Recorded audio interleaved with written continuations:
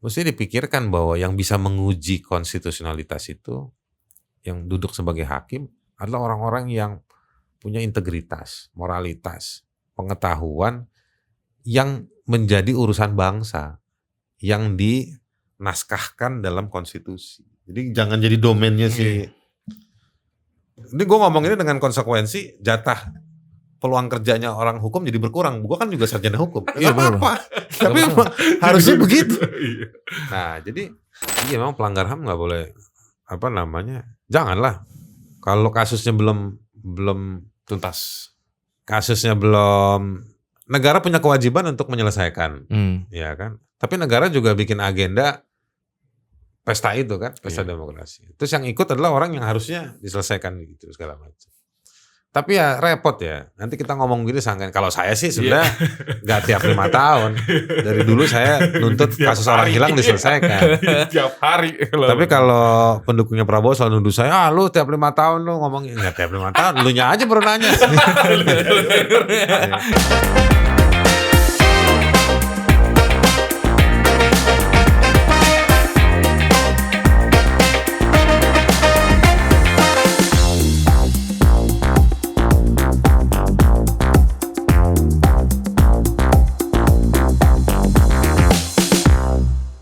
Gitu. Tapi jadi kayak lingkaran setan juga di proses penegakan hukum. Karena dulu juga kita sering di kampus tuh, kan dulu kita masuk kampus tuh Bang, muka Bang Munir yang kita lihat besar-besar kan di Brawijaya dulu Bang. Muka Bang Munir yang kita lihat besar-besar. Jadi saat itu di orasi-orasi teman-teman organisasi-organisasi selalu bilang jadi pemberani segala macam. Tapi bagiku setelah kita masuk kampus, masuk institusi pendidikan aja sekarang banyaknya rektor yang ketangkep. Iya kan? Institusi pendidikan aja sekarang sudah banyak sekarang anak pejabat yang disuap masuk di kalau zonasi SMA segala macam. Iya. Banyak tuh kayak di Unila ya. Yang Unila baru di ada beberapa kampus. Brawijaya juga pernah. Brawijaya pernah. Brawijaya juga pernah. Maksudnya gini, di hukum ini kan selalu tadi bicara soal reformasi hukum. Hukum ini kan ada orang bilang di Indonesia ini nggak main di atas meja, main di bawah meja semua. Iya. Ada argumentasi itu gitu. Ada kutipan bagus dari siapa nih? Dari satu cerita ketika Yesus datang ke satu tempat di Yerusalem itu ketika ada perempuan lagi dihukum rame-rame. Iya kan? Terus singkat kata dengan begitu ibanya Yesus atau Isa itu berkata kepada orang-orang, apakah kalian yang menghukum perempuan ini lebih bersih dari si perempuan ini? Jadi kalau sapunya kotor Pak, susah Pak. Gitu. Jadi agenda bangsa yang nggak boleh berhenti-berhenti ya dengan kondisi republik seperti ini adalah memperbaiki institusi dan sistem hukum. Itu harus nggak boleh jadi agenda kampanye aja. Dan agenda itu nggak boleh dikuasai oleh mereka sendiri. Polisi sendiri, Mahkamah Agung sendiri. Kita ini sekarang belakangan kayak gitu. Jadi sebetulnya harusnya dilibatkan ke ke banyak kelompok. Kritiknya Pak Sachipto Raharjo ya dulu dia pernah nulis. Kenapa MK itu hakimnya hanya boleh lulusan hukum. MK itu apa? Mahkamah Konstitusi. Menguji hak-hak konstitusinya orang dalam produk-produk hukum misalnya. Orang yang haknya dilanggar ini kan bukan masalah hukum. Konstitusi itu kan masalah bangsa. Dalam bangsa itu adalah masalah budaya, masalah politik, masalah ekonomi, segala macam. Jadi Pak Sachipto Raharjo, Prof. Cip waktu itu nulis di Kompas, saya ingat berapa tahun lalu, itu udah lama. Mesti dipikirkan bahwa yang bisa menguji konstitusionalitas itu, yang duduk sebagai hakim, adalah orang-orang yang punya integritas, moralitas, pengetahuan yang menjadi urusan bangsa, yang dinaskahkan dalam konstitusi. Jadi jangan jadi domainnya si. Ini gue ngomong ini dengan konsekuensi jatah peluang kerjanya orang hukum jadi berkurang. Gua kan juga sarjana hukum. Iya, Nggak apa-apa. Tapi emang harusnya begitu. Nah, jadi itu sebagai contoh bagaimana jangan dikooptasi urusan hukum itu. Nah, dia juga harus dilibatkan kepada mereka yang konsumen hukum. Bukan kita-kita yang jadi domainnya si para profesional saja. Ada profesi yang harus dikerjakan oleh para profesional. Tetapi konsumen hukum, pencari keadilan, orang yang potensi kena tindak pidana, dia juga harus dibuka ruang keterlibatannya. Nah, jangan ditutup-tutupi. Jadi dia harus jadi agenda yang terus-menerus dan melibatkan banyak orang. Supaya hukum kita dalam artian yang seluas-luasnya dan sebaik-baiknya, itu dia berperan penting untuk menjaga efektivitas, akuntabilitas, tapi juga keadilan, fairness buat banyak orang. Kalau hukumnya jelek, dalam arti yang luas gitu, ada bolong di mana-mana, ya tunggu aja kita tenggelam, tunggu waktu aja kita, tinggal tunggu waktu. Dan kalau udah tenggelam, itu kan tinggal soal siapa yang bisa berenang, menyelamatkan diri, survival of the fittest, ya kan? Jadi siapa yang bisa, bukan cuma siapa yang kuat dia yang bertahan, siapa yang bisa tipu-tipu juga. Olah-olah. Iya, siapa yang bisa ngolah? Iya. Olah-olah. Kalau ada yang jago ngolah ya berarti dia gitu. Selamat dia. Jadi nanti ke depan orang siapa yang kuat, siapa yang bisa ngolah, dan siapa yang dibelas kasihani, itulah yang hidup. Udah nggak ada sistem. Adanya praktek informal yang seperti itu. Ya kan? Nah, kalian anak muda, bayangin kalau kalian harus hidup dengan situasi seperti itu. Nah, masuklah kalian ke Al Jazeera itu.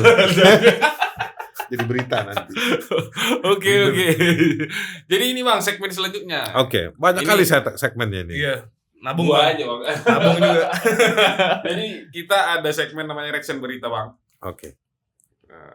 Mana ini? Oke. Jadi berita yang pertama yaitu keluarga korban tragedi Kanjuruhan kecewa atas putusan MA. Iya. Gimana Bang melihat isu peradilan yang terjadi di ngikutin kan Bang? Ngikutin soal Kanjuruhan. Salahnya angin itu. Salahnya. Saya Iya, itu dia makanya kan. Kok bisa gitu salahnya angin gitu. Nah, angin itu membawa si Gas air mata. Yang bawa gas air mata siapa? Yang merintahin tembak siapa? Iya. Ya kalau ini paham saya nih soal keluarga korban kecewa sama putusan MA itu. Kecewanya kan karena ya seolah-olah kan dikembalikan hukumannya kan untuk dihukum pidana tapi rendah. Nah, tapi sebenarnya begini, kalau dari perspektif saya ya, saya mau bilang bahwa sebenarnya peristiwa Kanjuruhan itu ya kalau saya mau bilang ini cuman dicariin kambing hitamnya aja. Gitu. Lalu dikasih hukuman. Gak mau dibongkar seluas-luasnya sistemnya, kebobrokan sistem dan segala macam. Yang menarik itu baru-baru ini kan ICW. Oh ya. Minta keterbukaan soal penggunaan berapa miliar itu pembelian gas air mata. Dan gas air mata yang udah dibeli nggak dipakai terus dikemanakan. Ya kan? Gitu Bos. Oke. Next, Kanjuruhan sudah. Ini yang soal terakhir Bang, yang ada warga Aceh yang diperas, disekap hingga meninggal dunia. Iya. Kalau saya mau sorotin soal poin ini begini. Ya kalau statement Panglima bagus lah. Tapi peristiwa-peristiwa belakangan yang melibatkan anggota TNI ini sebetulnya mengingatkan saya dan juga harusnya mengingatkan kita semua bahwa ada yang belum beres. Soal reformasi peradilan militer. Gitu. Undang-Undang nomor 31 tahun 97 itu kalau menurut janji reformasi di bawah paket agenda reformasi TNI Polri, pemisahan ABRI itu ya TNI Polri, itu salah satu agenda di TNI itu ada 3 kan, komando teritorial, koter-koter itu, lalu bisnis militer dan juga peradilan militer. Nah, di zaman SBY bisnis militer itu pernah dibuat timnya dan ada penataan ulang. Komando teritorial menurut saya nggak banyak berubah. Nah, peradilan militer itu pernah dibahas RUU-nya, amandemennya, sampai tahun 2005, habis itu berhenti. Karena ada ketegangan waktu itu TNI Polri. Oh ya. Zaman tahun 2005 itu. 2005. Jadi pembahasannya akhirnya juga berhenti. Nah yang kayak gini-gini akhirnya sekarang peristiwa-peristiwa kayak Basarnas ditangkap KPK, lalu KPK minta maaf. Lucu tuh. Lalu ada peristiwa ini, ya ini ada yang bilang, ya biar aja peradilan militer lebih kejam itu. Ya tapi itu lebih tertutup. Iya. Iya. Tidak akses publik gitu ya. Ya sangat, ya tentara lah Pak. Sistem komando. Ya, kalau kamu mau tahu pusat dulu kira-kira begitu, bercandanya begitu, ya kan. Gitu, Bos. Oke, baik. Muncul gugatan baru ke MK pelanggar HAM dilarang ikut Pilpres. Siapa ini yang Pelanggar HAM siapa? Oh, ini tapi ini kalau nggak salah soal 70 tahunnya ya. Oh, tapi pelanggar HAM-nya juga ya. ada poin pelanggar HAM. Ada poin pelanggar HAM. Ketika memiliki putusan mungkin ya. Ada Iya, putusan iya. dia terlibat dalam ini segala macam. Iya, memang pelanggar HAM nggak boleh janganlah. Kalau kasusnya belum Tuntas. kasusnya belum, negara punya kewajiban untuk menyelesaikan, ya kan. Tapi negara juga bikin agenda pesta itu kan, pesta demokrasi. Terus yang ikut adalah orang yang harusnya diselesaikan gitu segala macam. Tapi ya repot ya. Nanti kita ngomong gini sangkain. Kalau saya sih sebenarnya nggak tiap 5 tahun. Dari dulu saya nuntut kasus orang hilang diselesaikan. Tiap hari. Tapi kalau pendukungnya Prabowo selalu nuduh saya, lu tiap 5 tahun lu ngomongin. Nggak tiap 5 tahun, lu nya aja baru nanya. Tapi kita mah nggak begitu. Nah, tapi juga salahnya mereka. Sekarang kan mereka sama mereka yang berantem ini sekarang. Sama. Kubunya Ganjar sama kubunya Prabowo. Nah, ya pasti isu soal pelanggaran HAM ini dipakai lah sama kubunya Ganjar. Nah, tapi ini kan Bang terus gue juga bilang, ya salah kalian kenapa 5 tahun 10 tahun ini diam aja Jokowi. Tapi ini penting untuk dimasukkan dalam poin syarat jadi mencalonkan presiden lah Bang ya. Kalau gue setuju. Setuju ya. Ini bukan soal Prabowo tapi siapapun. Ya siapapun. Ya di kemudian hari atau hari ini. Iya. Itu poin penting dalam soal syarat. Penting banget. Penting banget. Supaya dia tidak berpeluang melakukan kembali. Terpidana korupsi aja kan bisa dicabut hak politiknya kan. Masa pelanggar HAM enggak? Iya. Yang dampaknya lebih. Itu aja logikanya. Reformasi hukum. Oke, next. Bobi Nasution dukung polisi tembak mati begal, mengingatkan peristiwa Petrus. Bukan kapasitas dia soal dukung nggak mendukung. Dia kan wali kota ya. Iya. Sejahterakan aja warganya. Itu poin pentingnya tuh. Sesuai kapasitas. Kalau warganya sejahtera, si begal itu kan juga kita tanya, mau dia jadi cita-citanya kah jadi begal? Kondisi sosial dah, ekonomi. Sosial. Itu satu. Yang kedua, tempat begal itu di mana? Ya. Ada lampunya nggak? Rame nggak? Gitu. Kalau terjadi di tempat-tempat yang gelap, ya salahnya dia lah. Ya. Uang lampu kemana? Terangin dong. Jadi kalau dalam konteks reformasi itu ada 3 Pak. Ini menurut hak asasi manusia. Ya. Orangnya, alatnya, dan regulasinya. Nah, kalau ditembak mati begal itu sekedar mencari yang salah lalu dihukum. Ya, meskipun nggak perlu menyelesaikan masalah juga. Meskipun nggak perlu tembak mati lah. Tapi pertanyaan berikutnya adalah tempat peristiwanya di mana? Nah, alatnya apa? Regulasinya seperti apa? Yang kalau dulu Bang Napi tuh bilang ya di RCTI itu kejahatan itu terjadi bukan sekedar ada niat tapi juga ada kesempatan. Gitu. Jadi kita mesti nguji skenario sampai begal itu bisa beraksi ini karena apa? Ya kan? Nah, yang kayak gini-gini mah cari popularitas. Atau mungkin ototnya belum terlatih Bang. Itulah anak muda. Bukti muda. Iya kan? Oke, next. Anak mantu. Iya lagi. Prabowo diserang isu HAM, Andre kaset rusak yang diputar setiap mau pemilu. Kaset rusak. Bisa jadi kasetnya rusak, bisa jadi tape-nya yang rusak. Ada kedua kemungkinan. Iya, ada 2 kemungkinan. Berarti harus pakai tab baru nih, Bos. Tape baru. Siapa nih yang mainkan? Oke, ini ada games Bang. Pertanyaan ini coba nanti Abang jawab. Bahaya kalian ini. Urutkan 3 presiden terbaik Di di Indonesia selama kita merdeka. Gus Dur. Yang pertama Gus Dur. Gus Dur, oke. Ya secara konteks momentum Soekarno lah. Soekarno. Satu lagi Bang. Habibie. Habibie. Saya tahu dong. Aman banget. Aman banget. Gue pikir di sana tadi Syafruddin Prawi Oh, Negara. enggak, Bos. Habibie itu dia, Iya. kita punya undang-undang yang cukup demokratis. Oh, Itu iya. karena Habibie. Iya. Jadi menurut gua Habibie, Gus Dur tuh 2 yang bagus. Kalau Soekarno bagus lah. Meskipun belakang di ujung-ujungnya agak Soekarno tua. ya, Soekarno tua Soekarno muda revolusioner kan begitu. Soekarno awal tuh revolusioner Iya. ya karena momentum anti kolonialisme. Nekolim. Ya. Kalau yang belakangan tuh sedap-sedap juga lah. Begitu udah yang terpimpin Iya. ruang demokrasi. Itu awal mula kerusakan tuh di situ tuh. Iya. Iya. Terpimpinan. Oke, ada berarti tadi Gus Dur, Gus Dur, Soekarno, Habibie. sama Habibie. Oke, next. 3 ini. Urutkan 3 buku terbaik yang pernah dibaca.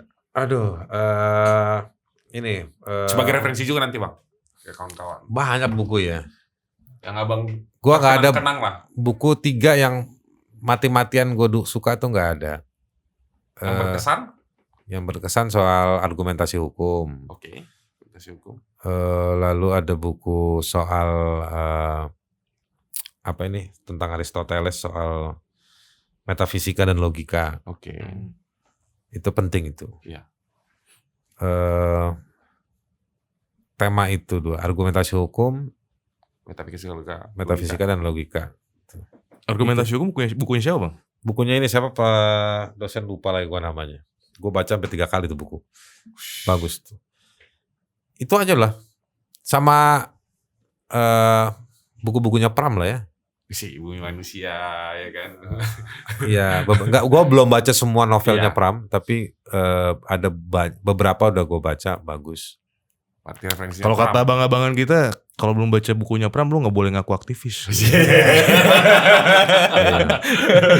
Tapi enggak lah. Gue ketemu beberapa orang yang bukan aktivis suka baca buku Pram. Iya. Berarti dia sebenarnya aktivis Bang jadinya. Pada akhirnya. Enggak, novelnya Pram itu kan ini ya, enggak mendayu-dayu kosong ya. Iya bener Bang. Lugas, tapi dalam satu babakan tertentu kayak ada skenario apa gitu. Sebenarnya realis ya. Realis. Dia memotret keadaan saat itu kan. Dan tema-tema konfliknya itu lewat figur-figur yang alamiah banget. Perempuan lah, apalah, ini segala macam. Jadi nggak terlalu kayak heroik banget gitu. Kayak gitu. Pram. Jadi Pram salah satu referensi Bang ini. Sebutkan advokasi masyarakat yang sangat dikenang. Atau yang awal-awal atau yang penuh ancaman. Poso mungkin tadi Bang. Iya. Kalau dikenang, advokasi HAM tuh dikenang semua. Berarti semua. Gila. Jadi total berapa tahun Bang? Untuk advokasi total mulainya? Kalau yang dikenang tuh ya sama Bu Sumarsi ya. Sumarsi. Itu korban yang menurut gua luar biasa lah. Spiritnya dia itu dari cintanya dia sama anaknya. Dari situ modalnya dia itu, dia masih sampai hari ini dia masih rutin mengunjungi kuburan anaknya si Wawan gitu. Itu orang inilah apa namanya. Dan orang seperti ini banyak. Di korban peristiwa Mei ada beberapa yang kayak begini juga. Tapi artikulatif. Bu Sumarsi orang artikulatif. Jadi kita tuh senang dampingin dia. Punya cinta, punya kecerdasan, dan punya keberanian. Gak ada takutnya ini orang. Cukup sempurna sebagai sebuah korban pelanggaran. Gitu. Sempurna agak menarik. Iya, karena korban pelanggaran HAM itu dia ininya harus kuat. Mental. Tapi Traumatis. dia juga mau berpikir apa segala macam. Tetap Dan logis. giat. berani, rajin. Kalau cuman rajin aja oke, tapi berani. Nyegat presiden pernah, ya kan? Di Medan kemarin yang terakhir lempar sendal Iya. ke Pak Jokowi. Nah, Bu Sumarsi ini itu contoh. Ada beberapa korban seperti ini. Oke. Dan banyak korban pelanggaran HAM seperti itu. Artinya melampaui, kalau dalam hubungan lawyer sama klien, melampaui kapasitas klien orang-orang ini. Iya. Jadi begitu. Nah, apa namanya? Itu kalau gue orangnya begini, Pak. Gue kadang-kadang juga suka shopping dari mereka, cari ide dari mereka, dengan ngobrol sama mereka, apa Banyak segala macam, inspirasi. banyak inspirasi. Atau Muncul. dia kasih hint ya, apa namanya, kata-kata kunci yang oh ini penting nih gitu. Jadi kayak gitu-gitu. Bu Sumarsi tadi. Sumarsi. Itu contoh ya. Iya, salah satu contoh. Menurut Mungkin gua banyak anak dari- muda itu mesti belajar profil Ibu Sumarsi. Gitu. Dan aksi Kamisan tuh udah berapa belas tahun Konsisten. konsisten. Dulu gue ikut rapatnya tuh sama ibu-ibu itu nyusun rencana itu, siasat untuk Kamisan. Asik. Jadi ada satu dosen Bang di UI, Prof Mas namanya. Prof Mas ini dia selalu bilang kalau lu mau meneliti gerakan yang menarik, gerakan aksi Kamisan. Kamisan. Dia udah jadi kayak makom kan? Iya. Makom itu bukan Menarik tempat sekali. orang dikubur, makom itu penanda. Iya. Semua korban pelanggaran HAM selalu, kalau yang berhasil gue kontak sama gue, saya nunggu hari Kamis Pak mau ikut Kamisan gitu. Jadi monumen ya, Iya. monumen yang hidup. Tugu. Itu Kamisan itu pernah cuma 2 orang bos, pernah cuma 3 orang. Kalian kan nggak tahu. Oh gitu. Iya, Payung hitam. cuma 2 orang, 3 orang pernah. Gitu. Jadi kita harus datang. Datang kita. Aku udah pernah Bang. Aku udah pernah 2 kali dulu. Oke, Baru 2 next. kali. So kan 3 politisi lucu di Indonesia. Lucu ya Bang, bukan kesannya yang negatif atau lucu. Ya lucu juga itu. Humor atau apa lucu yang Abang anggap lucu lah. Miing lucu. Oh iya, politisi juga. Yang lucu ya. Kalau itu mah profesinya komedian. Miing lucu. Udah dicanggut lagi bentar lagi. Darji. Tapi yang lucu ya. Lucu, lucu. Atau lu, gue kayaknya inget deh, cuman kalau Miing tuh karena kebetulan dia pelawak juga kan. Iya. Aduh siapa ya? Gue kadang-kadang gue bingung, lucu. Sebenarnya ada Tindakannya, omongannya gitu. ada yang ngejijiin tapi lucu gitu. Ini lewatin lah ini. Males gue jawab. Nanti malah kayak kita Ya teman-teman Ejek-ejek abang aja. ya. Teman-teman kayak abang laporan aja. baru nanti. Gak lah. Males gue. Oke, next. Oke, Udah habis Bang habis. pertanyaannya. Ya, udah habis lah, udah lama ini kita. Udah lama ini kita. Oh iya. Thank you, Bang. Udah Oke, siap. Udah mau kita ajak ngobrol-ngobrol. Siap. Sukses selalu, Bang. Sama-sama. Sehat-sehat. Ini nama Bahagia acaranya selalu. apa? Nah, ini podcast, Bang. Nah ini Podcast. podcast. Kalau di Postcutter lu nah ada nah ini dia. Nggak tahu ya. Berarti harus bagi-bagi kita ini. Udah ada nah ini dia. Di koran Pos Kota dulu ada nah Ada. ini dia. Ada kolom gitu ya. Kolom nah ini dia. Kalian baca lah apa itu kolom Itu nah masih- ini dia. Oh iya, boleh tuh. Tahu gue tuh dulu di ini ada tuh di TV juga malam-malam. Nah ini dia tuh. Tapi ini bang agak-agak vulgar-vulgar gitu. Iya, emang iya kayak gitu. Itu Oh iya. juga. Pantesan Barusan tahu ya. urusan malam ini. Cerita-cerita Pos Kota kan lu legend banget ya. Iya. Di Cerita mana-mana. rakyat. Pokoknya semua kalau misalkan lu ada adegan-adegan film tuh, terus ada anak-anak kecil jualan koran di lampu merah, pasti ngomongnya pos kota koran gitu. Bos. Karena itu yang paling menarik ya. Kolom nah ini dia. Makanya orangnya jadi menterinya Soeharto, Harmoko. Oh iya. Karena menarik. Kolom nah ini dia. Oke. Oke, siap. Lancar-lancar semua Bang. Thank you Sama-sama, sehat-sehat ya. sama-sama. Sampai berjumpa di kemudian waktu. Kami akan terus menjadi pemuda yang mau memiliki tenaga dan berlumuran pengalaman. Asik. Dan selalu melatih otot. Selalu melatih otot ya kan. Oke, terima kasih. Saya pamit undur diri, saya Timotius Lubis. Saya Manuel Simulon, terima kasih. Terima kasih, dadah. Thank you.